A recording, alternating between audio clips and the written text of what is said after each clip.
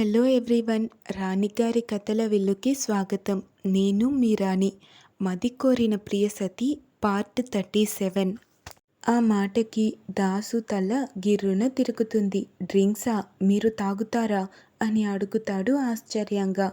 ఆ మాటకి పార్వి అతన్ని విచిత్రంగా చూస్తూ, ఎందుకు తాగను, బ్రాందీ విస్కీ అన్నీ తాగుతాను అని అంటుంటే, దాసు, మీరు ఆడవాళ్ళు, మందు తాగడం తప్పు కదా అని అంటుంటే, మేలికోన, మగాళ్ళు తాగొచ్చు, ఆడవాళ్ళు తాగకూడదని రూల్ ఏమైనా ఉందా? అంత వింత ఎక్స్ప్రెషన్ పెడుతున్నావ్. అదే అద్వైత్ అడిగితే ఇలానే క్వశ్చన్ చేస్తావా? ముందు డ్రింక్ ఏరియా ఎటువైపో చెప్పు అని అడుగుతుంది చుట్టూ చూస్తూ. దాసు, ఇక్కడ డ్రింక్స్ లేదు మేడం, ఇది ట్రెడిషనల్గా జరుగుతున్న మ్యారేజ్, ఇక్కడ అలాంటివేమీ ఉండవు అని అంటుంటే, పార్వి, "ఉహ్, అందుకే నేను ఇలాంటి బోరింగ్ ఫంక్షన్స్కి రానంటే డాడీ బలవంతంగా పంపించాడు. సర్లే, దగ్గరలో బార్ ఎక్కడుంది అని అడుగుతుంది. ఒక ఆడపిల్ల ఈ టైంలో బార్ అడ్రస్ అడుగుతుంది అంటే ప్రపంచం ఏ రేంజ్లో డెవలప్ అయిందో అర్థమవుతోంది అని అనుకుంటూ, దాసు, ఇక్కడి నుండి చాలా దూరం మేడం బార్ అని అంటుంటే, సరే ఆ కీస్ ఇటివ్వు, నేను గూగుల్లో సెర్చ్ చేసుకొని వెళ్తాను అని చెప్పి కార్ కీస్ తీసుకోబోతుంటే, దాసు వెనక్కి జరిగి, మీరు ఈ టైంలో కార్ కీస్ తీసుకొని వెళ్తే నేను పర్మనెంట్గా ఇంటికి వెళ్ళాలి, మీరు ఒక్క నిమిషం ఆగండి అని ఫాస్ట్గా అద్వైత్ దగ్గరికి పరిగెత్తినట్టుగా వెళ్తాడు. పార్వి విసుగ్గా అక్కడే అటు ఇటు తిరుగుతూ ఉంటే, దాసు క్షణాల్లో అద్వైత్ దగ్గరికి చేరుకొని, సార్, మేడం బార్కి వెళ్ళాలని అంటున్నారు, కార్ కీస్ అడుగుతున్నారు అని అతని చెవిలో చెప్తాడు. ఆ మాట వినగానే అద్వైత్ కూడా షాక్ అవుతూ, తను డ్రింక్ చేస్తుందా అని అడుగుతాడు ఆశ్చర్యంగా. దాసు, మామూలుగా కాదు, పిచ్చి పిచ్చిగా చేసేలా ఉంది. అయినా అబ్రాడ్లో పుట్టి పెరిగిన వాళ్ళు ఇలానే ఉంటారు అని మీరే చెప్పారు కదా సార్ అంటాడు కాస్త వెటకారంగా. అద్వైత్, ఏంటి కౌంటరా అని కాస్త కోపంగా చూస్తుంటే, దాసు, ఇప్పుడు నేను ఏం చేయాలి సార్?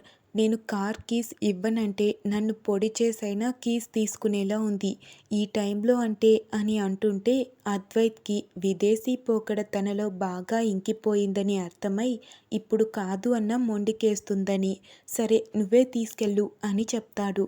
ఆ మాటకి దాసు మరింత షాక్ అవుతూ, సార్ అని అంటుంటే, అద్వైత్, నీకే చెప్పేది, నువ్వే తీసుకెళ్ళు, నాకేమీ ఇబ్బంది లేదు, నేను క్యాబ్ అయినా బుక్ చేసుకుంటాను, తనని మాత్రం జాగ్రత్తగా ఇంటికి తీసుకెళ్ళు అని చెప్పి పెళ్లి వైపు దృష్టి పెడితే, దాసు మనసులోనే వాళ్ళని తిట్టుకుంటూ సరే సార్ అని బయటకు వెళ్తాడు. కర్మ కర్మ, ఈయన దగ్గర జాబ్లో చేరిన పాపానికి ఇలాంటి దారుణాలు ఎన్ని చూడాల్సి వస్తుందో. ఏ ఇంట్లో అయినా ఆడపిల్లని గుడికి తీసుకెళ్ళి జాగ్రత్తగా తీసుకురా, బడికి తీసుకెళ్ళి జాగ్రత్తగా తీసుకురా అని చెప్తారు. ఇక్కడ మాత్రం బార్కి తీసుకెళ్ళి జాగ్రత్తగా తీసుకురా అని చెప్తున్నాడు అని విసుక్కుంటూనే బయటకి వచ్చేసరికి పార్వి కాలు కాలిన పిల్లిలా అటూ ఇటూ తిరుగుతూ, ఇంకా ఎంతసేపు, పర్మిషన్ తీసుకున్నావు కదా, ఇక ఇవ్వు కీస్ అని కార్ కీస్ అందుకోపోతుంటే, నేను తీసుకెళ్తాను మేడం, సార్ అదే చెప్పాడు అని అంటుంటే, పార్వి అతనిని కింది నుండి పై వరకు ఒక్కసారి చూసి, పర్వాలేదులే రా, నా పక్కన నిలబడే అర్హత నీకుంది అని అంటూ ముందుకి నడుస్తుంది. తను అలా ఎందుకందో అర్థం కాకపోయినా తప్పక తనని తిట్టుకుంటూనే కార్ స్టార్ట్ చేసి ఒక అరగంట డ్రైవ్ చేసిన తర్వాత బార్ ముందు ఆపుతాడు కార్. అక్కడ చూడగానే అతనికి మరింత ఆశ్చర్యంగా అనిపిస్తుంది. ఎందుకంటే అప్పటికే అక్కడ చాలామంది ఆడవాళ్ళ కంటే టీనేజర్స్ చిన్న చిన్న సైజు డ్రెస్సులు వేసుకొని పక్కన బాయ్ ఫ్రెండ్స్తో లోపలికి వెళ్తున్నారు. అతని ముఖంలో ఎక్స్ప్రెషన్స్ చూసి, ఇంతవరకు ఎప్పుడు ఇక్కడికి రాలేదా అని అడుగుతుంది పార్వి. దాసు, లేదు మేడం, మీ దయ వల్ల ఇప్పుడే ఈ చండాలాన్ని చూస్తున్నాను అని అనగానే పార్వి కాస్త కోపంగా చూస్తూ, ఇక్కడేం చూసావ్, లోపలికి రా అని అతని చెయ్యి పట్టుకొని బార్ లోపలికి తీసుకువెళ్తుంది. లోపల మరీ ఘోరం. తాగేవాళ్ళు తాగుతూ, తూగేవాళ్ళు తూగుతూ, ఆడ మగ తేడా లేకుండా పిచ్చి పిచ్చిగా డాన్స్ చేస్తుంటే అదంతా అసహ్యంగా అనిపిస్తుంది అతనికి. డబ్బుంటే ఇలాంటి చెత్త పూసుకోవడం సరదా అవుతుందేమో అని అనుకుంటూ ఒక మూలన నిలబడితే పార్వి కౌంటర్ దగ్గరకు వెళ్ళి తనకు ఏం కావాలో ఆర్డర్ చెప్పి దానికోసం వెయిట్ చేస్తోంది. కట్టుకున్నది శారీ అయినా అది చాలా పల్చగా ఉంది. పైగా sleeveless heavy deep neck blouse. చుట్టూ ఉన్నవాళ్ళు తినేసేలా చూస్తున్నారు తనని. ఆ చూపుల్ని తన నెత్తిన కిరీటంలా అనిపిస్తున్నాయేమో. మరింతగా స్టైల్గా ఒకదాని తర్వాత ఒకటి షార్ట్స్ వేస్తోంది పార్వి. అప్పటికే మత్తు తలకెక్కింది. మత్తు కళ్ళతో చుట్టూ చూస్తుంటే దాదాపు గర్ల్ ఫ్రెండ్స్తో వచ్చిన వాళ్ళు కూడా తననే గుడ్లప్పగించి చూస్తున్నారు. అలాంటిది దాసు మాత్రమే ఒక మూలన నిలబడి అతని ఫోన్లో ఏదో గెలుక్కుంటున్నాడు. అది చూడగానే తనకి తిక్క తలకెక్కింది. అలానే తూలుతూ దాసు దగ్గరికి వెళ్తుంది. తన నుండి వస్తున్న మందు వాసనకి ముఖం మీద చేతులు అడ్డు పెట్టుకుంటూ కాస్త దూరం జరుగుతాడు దాసు. ఏ మిల్క్ ఇలారా అంటుంది వేలు చూపిస్తూ. మిల్కా అని అంటుంటే మిల్క్ బేబీవి నువ్వు అని అతని బుగ్గలు గట్టిగా పట్టి లాగుతూ what a colour what a figure అని అతని పొట్టలో గుద్ది వావ్ లోపల సిక్స్ ప్యాక్ దాచిపెట్టినట్టున్నావే ఏది ఒకసారి చూడని అని అతని షర్ట్ ఓపెన్ చేయబోతుంది. దాసు వెంటనే దూరం జరుగుతూ మేడం మీకు మందు బాగా ఎక్కువైంది వెళ్ళిపోదాం రండి అని అంటుంటే వాట్ ఇదే ఎక్కువ అవ్వడమా నేను దీనికి 4 రెట్లు తాగుతాను రోజు అని మళ్ళీ కౌంటర్ దగ్గరికి వెళ్ళి ఏవేవో ఆర్డర్ ఇచ్చి తాగుతోంది. దాసు బిక్కమొహం వేసుకొని తనని తన చుట్టూ తాగుతున్న వాళ్ళని చూసి దేవుడా అని తల పట్టుకొని అక్కడే చైర్లో కూర్చుంటాడు. బేరర్ అతని దగ్గరకు వస్తూ ఏం కావాలి సార్ అని అడుగుతాడు వినయంగా. దాసు ఏం వద్దు నాయనా నేను తాగేటివి ఇక్కడ ఉండవు అని పార్వి ఎప్పుడు వస్తుందో అని ఎదురు చూస్తుంటే గ్లాస్ మీద గ్లాస్ తాగుతున్న పార్వి దగ్గరికి వస్తాడు ఒకతను. అతను కూడా తాగేసున్నాడు. Hi baby you are looking so hot dance with me అని చెయ్యి ముందుకు చాపుతాడు. పార్వి నవ్వుతూ అతనితో కలిసి స్టేజ్ పైకి వెళ్తుంది. ఇద్దరూ తాగేసున్నారు. అతను పార్వి నడుము మీద చెయ్యి వేసి అతుక్కున్నట్టుగా డాన్స్ చేస్తున్నాడు. తను కూడా ఎలాంటి అబ్జెక్షన్ లేకుండా అతనితో స్టెప్స్ వేస్తోంది. కాసేపటికి అతని చేతులు తన నడుము నుండి కిందికి జారుతున్నాయి. పార్వి మత్తులో ఉంటే అదంతా చూస్తున్న దాసుకి మాత్రం అసహ్యంగా అనిపించి ఈ దరిద్రాన్ని చూడడం కంటే బయట ఉండడం మంచిది అని బయటకి వెళ్ళిపోతాడు. పార్వి హద్దులు దాటుతున్న అతని స్పర్శకు స్పృహలోకి వస్తూ యూ ఇడియట్ అని అతన్ని దూరం తోస్తుంది. అతను నువ్వు ఒప్పుకునే కదా వచ్చావు మరీ ఓవరాక్షన్ ఏంటి అని మళ్ళీ అతను దగ్గరికి రాబోతుంటే డాన్స్ అన్నా ఓకే అన్నా ఎక్స్ట్రాలు చేసావంటే చంపి పడేస్తా బాస్టర్డ్ అని అతన్ని నెట్టేసి అక్కడి నుండి బయటకు వస్తుంది. దాసు కార్ దగ్గర తన కోసం వెయిట్ చేస్తున్నాడు. అతన్ని చూసి నవ్వుతూ హే మిల్క్ ఇక కార్ తీ అని అంటూ 2 అడుగులు ముందుకు వేసి అలానే తూలుతూ అతని మీద పడిపోతుంది. తన భుజాలు పట్టుకొని ఆపి మేడం మేడం అని తనని లేపడానికి ప్రయత్నిస్తాడు. పార్వి ఎంతకీ స్పృహలోకి రాకపోవడంతో ఇక తప్పక ఇబ్బందిగానే తనని బ్యాలెన్స్ చేసుకుంటూ కార్ బ్యాక్ సీట్లో కూర్చోబెట్టి సీట్ బెల్ట్ పెట్టి అతను ఫ్రంట్ సీట్లో కూర్చొని ఇంటికి పోనిస్తాడు. బృందావనంలో పెళ్లితంతు పూర్తయి అందరూ కొత్త జంట మీద అక్షంతలు వేసి ఆశీర్వదిస్తున్నారు. అద్వైత్ వేద కూడా జంటగా వెళ్ళి వాళ్ళని ఆశీర్వదించి వచ్చారు. అద్వైత్ ఎన్ని తప్పులు చేస్తున్నా శివానికి మాత్రం ఎందుకో ఏదో ఒక మూల అతని పట్ల ఉన్న పాజిటివ్ ఫీలింగ్ మాత్రం పోవడం లేదు. ఇప్పటికీ వాళ్ళని అలా జంటగా చూస్తుంటే తనకే తెలియకుండా మనసు సంతోషపడుతోంది. దేవుడా వేద విషయంలో ఎవరు చిన్న సమస్య కలిగించినా తనని బాధ పెట్టినా నేను అస్సలు భరించలేను. వేద కంటే ముందు నాకు శత్రువులవుతారు వాళ్ళు. అలాంటిది ఈ అద్వైత్ గారిని మాత్రం ఎందుకని పూర్తిగా శత్రువులా చూడలేకపోతున్నాను అని మనసులోనే అనుకుంటూ ఉండగా వినయ్ శివ మనల్నే పిలుస్తున్నారు పద అని వాళ్ళు కూడా ఒకరి తర్వాత ఒకరు వెళ్ళి అక్షంతలు వేసి వస్తారు. పెళ్లి తంతులన్నీ పూర్తయ్యే వరకు అద్వైత్ చాలా ఓపికగా అక్కడున్నాడు. దాదాపు వారం రోజుల నుండి ఈ ఆశ్రమం ఆర్గనైజర్స్ అద్వైత్ ఆఫీస్ చుట్టూ తిరిగి అతన్ని ఎంతగానో రిక్వెస్ట్ చేసి ఈ పెళ్లికి రావడానికి ఒప్పించారు. మొదట వాళ్ళు ఎందుకు అంత రిక్వెస్ట్ చేస్తున్నారో అర్థం కాలేదు. అయినా అంతలా బ్రతిమలాడుతుంటే ఒక గంట సేపే కదా వస్తాను అని చెప్పాడు. వేదాని ఇక్కడ చూసిన తర్వాతే అతనికి విషయం అర్థమైంది. కానీ ఇంత పెద్ద ఆశ్రమం, అది ఒక ఆశ్రమంలా కాక ఏదో పెద్ద ఉమ్మడి కుటుంబంలా ఉంది అక్కడి వాతావరణం. అది కూడా ఏ క్లాస్ ఇల్లులా ఉంది. అదంతా అతనికి ఆశ్చర్యంగా అనిపించింది. అందుకే వచ్చినప్పటి నుండి అక్కడ గమనిస్తూ మౌనంగా ఉన్నాడు. ప్రతి రూమ్ నీట్గా మంచి ఇంటీరియర్తో ఉంది. ఇలా ఆశ్రమాన్ని రన్ చేయాలంటే నెలకి లక్షల్లో డబ్బు కావాలి. ఇంత డబ్బు డొనేట్ చేసే డోనర్స్ ఎవరుంటారు? ఇది అగ్లీ గర్ల్ ఒక్కటే చేసే పనైతే కాదు అని ఆలోచిస్తూ ఉండగానే అక్కడ పెళ్లి మండపం మొత్తం క్షణాల్లో ఖాళీ అయ్యి మరొక రకంగా డెకరేట్ అవుతుంది. ఏదైనా రిసెప్షన్ పార్టీ జరుగుతుందేమో పెళ్లి జంటకి అని వేద అద్వైత్ చూస్తుంటే పెళ్లి కూతురు పెళ్లి కొడుకు వాళ్ళిద్దరి దగ్గరికి వచ్చి వేదమ్మ సార్ మీరిద్దరూ రండింకా అని వాళ్ళిద్దరినీ తీసుకెళ్ళి అక్కడ ఏర్పాటు చేసిన పెద్ద చైర్పై కూర్చోబెడతారు. వేద ఇబ్బందిగా అక్కడి నుండి లేవబోతుంటే మీరు ఇక్కడే కూర్చోండి అస్సలు కదలద్దు అని చెప్తారు వాళ్ళు.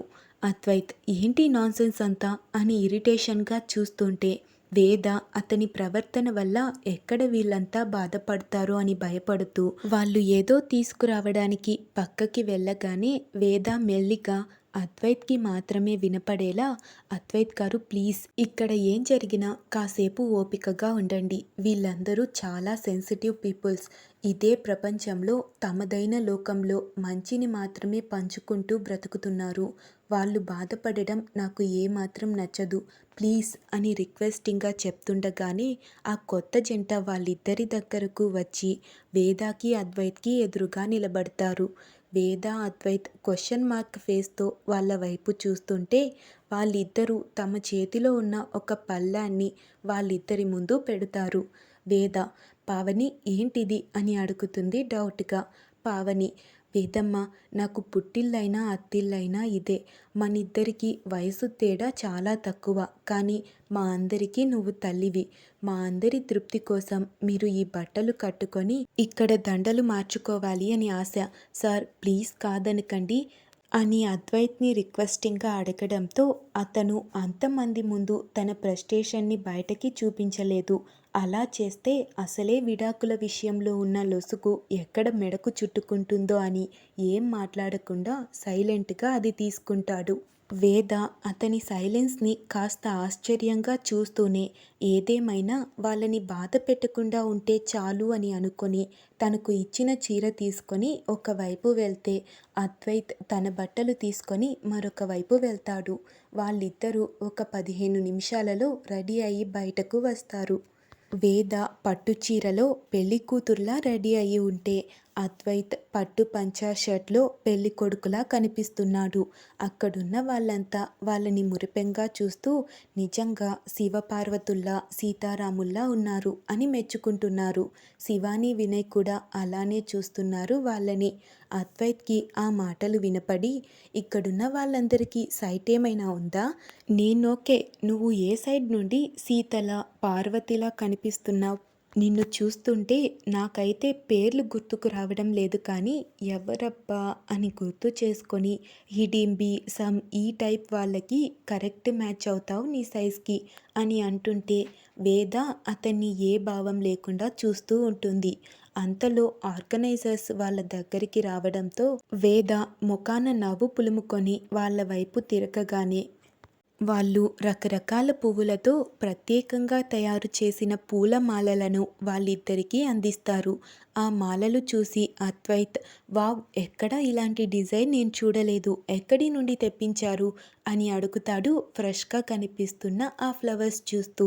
ఆవిడ ఇవి ఎక్కడి నుండి తెప్పించినవి కాదు సార్, మన గార్డెన్లో ఫ్రెష్గా పూసిన పువ్వులతో ఆ పిల్లలు అల్లిన మాలలు.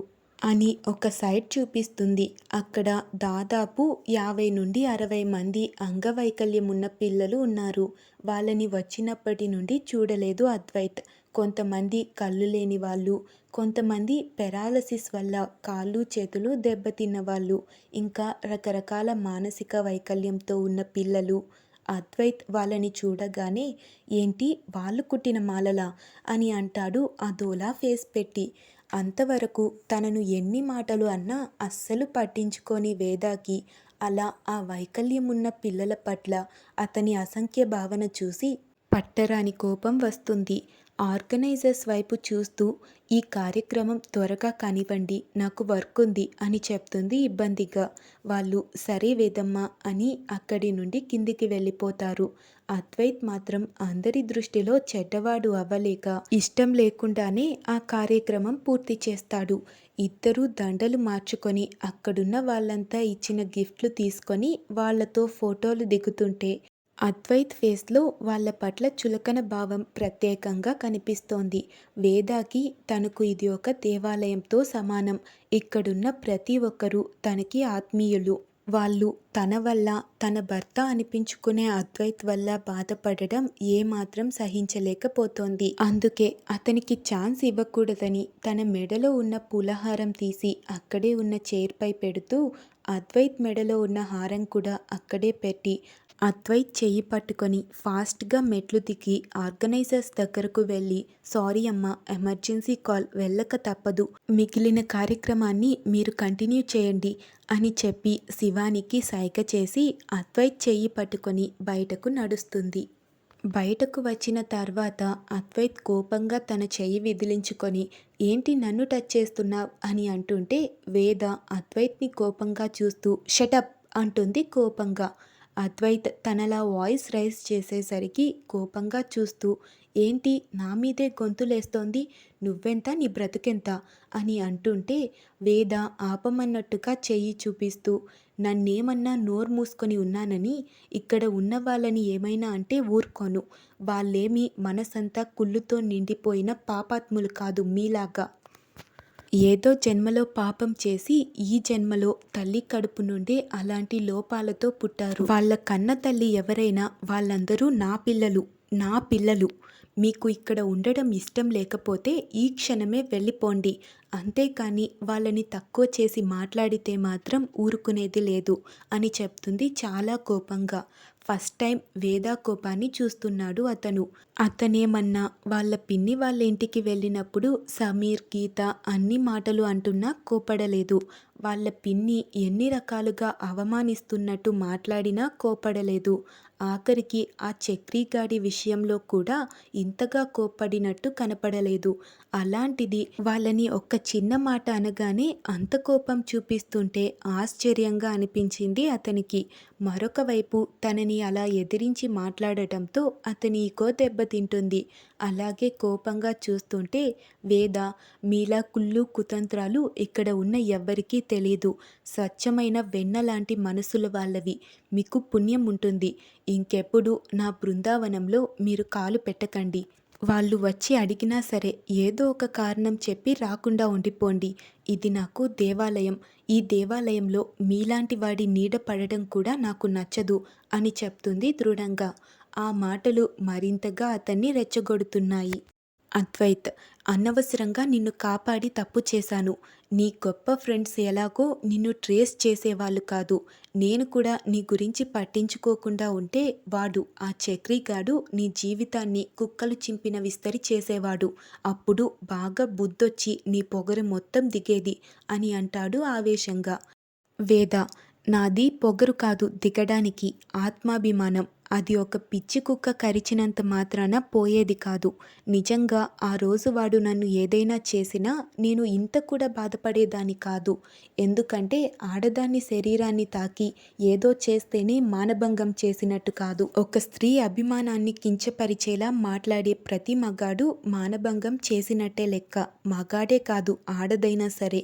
మనం మనుషులం. పుట్టుక దేవుడి చేతిలో ఉంటుంది. అది మర్చిపోయి పొట్టి, పొడవు, లావు, సన్నం, నలుపు, తెలుపు అని గేలి చేసే మీలాంటి వాళ్ళతో రోజుకు ఎన్నిసార్లు మానభంగానికి గురవుతున్నానో. అయినా అది ఏ రోజు నేను పట్టించుకోను. ఎందుకంటే I'm perfect human being in and out. ఆ విషయంలో నాకు క్లారిటీ ఉంది. నేను పర్ఫెక్ట్‌గా ఉన్నాను. మీలాంటి వాళ్ళు మాటలంటేనో, వాడిలాంటి వాడు చేతులేస్తేనో బాధపడే పొజిషన్‌లో నేను లేను. మళ్ళీ చెప్తున్నా, ఇది నాకు గుడి. మీలాంటి వాళ్ళు పాదం మోపి ఈ పవిత్రమైన స్థలాన్ని అపవిత్రం చేయకండి అని అంటుంటే అద్వైత్‌కి ఫ్రస్ట్రేషన్ పెరిగిపోయి, నేనంటే అంత పాపాత్ముణ్ణి అని ఫీలింగ్ ఉన్నప్పుడు నేను నీ మెడలో వేసిన తాళి మాత్రం ఎందుకు అలానే ఉంచుకున్నావు? 75 లక్షలు విలువైన దాన్ని తీసి ఇవ్వడానికి మనసొప్పలేదా? అని అంటుంటే వేద వెనక్కి తిరిగి తాళి బయటకు తీసి దాన్ని మెడలో నుండి తీసేస్తూ అతని చేతిలో పెట్టి అక్కడి నుండి వెళ్తుంది. అద్వైత్ ఆ మంగళసూత్రాన్ని అలానే చూస్తూ ఉండిపోతాడు. జాగృతి ఇల్లంతా ఒకసారి చెక్ చేసి తన రూంలోకి వెళ్తుంటే పూజ గదిలో అఖండ దీపం రెపరెపలాడుతుంటుంది. అది చూసి కంగారు పడుతూ 22 క్రితం దీపం ఇలానే రెపరెపలాడి కొండెక్కింది. అప్పుడే బుజ్జి అమ్మా నాన్న శాశ్వతంగా దూరం అయితే జైత్ర ఎక్కడుందో కూడా తెలియకుండా మాయమైపోయింది. ఇప్పుడు అలానే జరుగుతోంది. ఏమై ఉంటుంది అని భయంగా అనుకుంటూ ఆ దీపం కొండెక్కకుండా చేతులతో అడ్డుపట్టుకుంటారు. లోపలికి వెళ్ళిన వేద అందర్నీ చూస్తూ, మీ అందరూ నా కోసం చాలా కష్టపడి ఇదంతా చేశారు. అయినా ఆయన బిజీగా ఉండడం వల్ల మధ్యలోనే వెళ్ళిపోయారు. అందరూ నన్ను క్షమించాలి అని చేతులు జోడిస్తే వాళ్ళు, అయ్యో పర్వాలేదు వేదమ్మ అని అంటారు ఒకేసారి. శివాని, అద్వైత్ గారితో గొడవ అయిందా వేద అని అడుగుతుంది తన పక్కకు వచ్చి.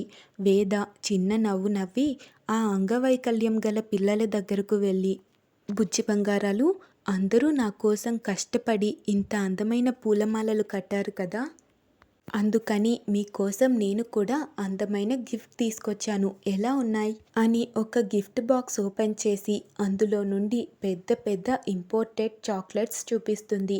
అవి చూసి వాళ్ళందరూ సంబరపడుతుంటే కళ్ళు లేని పిల్లలు మాత్రం ఏం తెచ్చావమ్మా అని అడుగుతారు ఆతృతగా. వేద నవ్వుతూ వాళ్ళని దగ్గరకు తీసుకొని, ఎమ్మి ఎమ్మి ఇంపోర్టెడ్ చాక్లెట్స్, ఇవి మీకోసం స్పెషల్గా తెప్పించాను అని అందరికీ ఇస్తుంటే వాళ్ళు వాటిని ఒకరికొకరు షేర్ చేసుకొని, నా దాంట్లో డ్రై ఫ్రూట్స్ ఉన్నాయి, నా దాంట్లో ఎమ్మీ చాక్లెట్ ఉంది, ఇది నువ్వు తిని చూడు అని ఒకరికొకరు తినిపించుకుంటున్నారు. వాళ్ళందరినీ అలా చూస్తున్న వేదకి కళ్ళల్లో నీళ్లు తిరుగుతాయి. ఎవ్వరికీ ఎలాంటి సంబంధం లేదు. అయినా రక్త సంబంధం కంటే మించిన గొప్ప బంధం ఒకటి ఉంది వాళ్ళ మధ్య. వీళ్ళే ఇంత ఆత్మీయతను పంచుకుంటుంటే మరి రక్త సంబంధాలు, పవిత్రమైన తాళిబంధాలను కూడా లెక్క చేయకుండా ఎందుకు కొంతమంది మనుషులు అహంకారంగా ప్రవర్తిస్తారు అని అనుకుంటూ ఆ పిల్లల నుండి కొత్త దంపతుల దగ్గరకు వెళ్ళి అప్పటికే రకరకాల తంతులతో అలసిపోయి ఉన్న వాళ్ళని మురిపెంగా చూస్తూ, మీ ఇద్దరికీ నా తరపున గిఫ్ట్ అని ఒక కీ ఇస్తుంది. అదేంటని ఇద్దరూ ఆశ్చర్యంగా చూస్తుంటే, మీ ఇద్దరి కోసం న్యూ ఫ్లాట్ కొన్నాను. ఇప్పుడు రెంటెడ్ హౌస్లో ఉన్నారు కదా, కొత్త కాపురానికి కావాల్సిన సామాన్లన్నీ అక్కడ రెడీగా ఉన్నాయి. ఈరోజు నైట్కి ఇక్కడే ఉండి రేపు మార్నింగ్ అక్కడికి వెళ్ళి పాలు పొంగిద్దురు. ఆ తర్వాత మీకు ఏం కావాలన్నా నిదానంగా తీసుకోవచ్చు అని చెప్తుంటే వాళ్ళిద్దరూ ఆశ్చర్యంగా చూస్తూ, ఫ్లాట్ అంటే చాలా ఎక్కువ అమౌంట్ కదా, అయినా వేదమ్మ మా కోసం ఇంత డబ్బు ఎందుకు వేస్ట్, మేమిద్దరం ఉద్యోగాలు చేస్తున్నాం అని అంటుంది పావని. వేద, ఇక్కడి రూల్ నీకు తెలీదా, ఇక్కడి నుండి బయటకు వెళ్ళే ప్రతి ఒక్కరికి పుట్టింటి సారె తప్పకుండా అందుతుంది. ఈ బృందావనం నుండి మరొక అందమైన లోకంలోకి అడుగు పెట్టబోతున్న ఈ కొత్త జంటకు నా తరపున ఇస్తున్న కానుక, కాదనకండి. ఇద్దరుగా నేనిస్తున్న ఈ ఇంట్లో అడుగు పెట్టబోతున్న మీరు సంవత్సరం తిరిగే కల్లా ముగ్గురుగా మారాలి అని వాళ్ళిద్దరి తల నిమిరి బలవంతంగా ఆ కీస్ని వాళ్ళ చేతిలో పెడుతుంది. బాగా ఇచ్చి పడేసింది కదా వేద, నిజంగానే మనం అనే ఒక చిన్న మాట ఎదుటి మనిషిని రంపపు కోత కోసినంత బాధ పెడుతుంది. అంటారు కదా, చేయి జారినా తీసుకోవచ్చు కానీ నోరు జారితే తీసుకోలేము అని. అద్వైత్లో ఈ మాటలు ఆలోచనని కలిగిస్తాయా లేదా ఇంకా పంతాన్ని పెంచుతాయా? ఇంట్రెస్టింగ్గా సాగిపోయే ఈ స్టోరీ మీరు కూడా ఫాలో అయిపోండి. See you in next part.